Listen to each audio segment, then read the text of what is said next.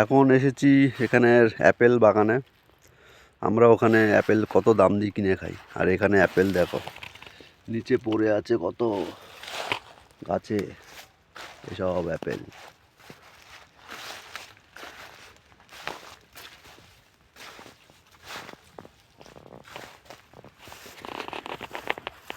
এখানে আছে, এই যে দেখতে পাচ্ছেন এখানে এই অ্যাপেল সাদা হলুদ হয়ে রয়েছে, পুরোটাই অ্যাপেল বাগান।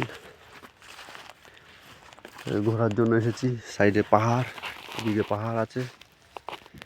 ও ঠান্ডা, খুবই ঠান্ডা, সাথে গ্লাভস টুপি সবই পরা আছে, তারপরেও ঠান্ডা লাগছে। ও